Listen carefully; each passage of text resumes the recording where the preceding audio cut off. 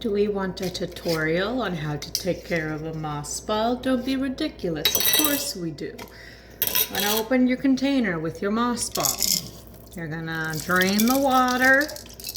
You're gonna make sure to not lose your moss ball in the sink. You're good. You're gonna lose your moss ball in the sink. Good job.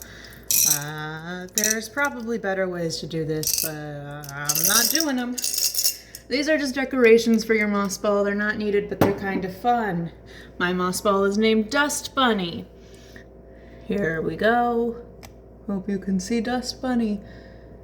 As you can see, he's got two little bumps on the top of his head that look like ears. Now you clean your moss ball by just rolling it gently. If you were to want to keep the shape, like get rid of the ears, you would roll harder. I really like Dust Bunny's ears, so I am very careful to not do that. You can also gently mush your moss ball so you can get some of the shedding off. I personally also like to grab a paper towel and just kind of smooshy to help with the shedding. You want to be fairly gentle, but there we go. You also can rinse your moss ball. You do this about once a week. You can do it more. You also change the water once a week.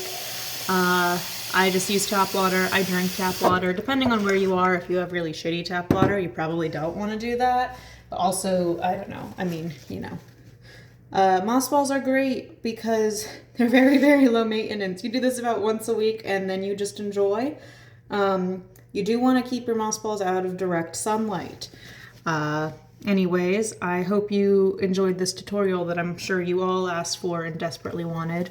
Now you pop your moss ball back in there. Look at him. He's so happy. He's floating. He's having a good old time. And now you're going to put him back out of direct sunlight and in his little jar where he's safe and happy. There you go. That is how you take care of your very own moss ball. Thank you.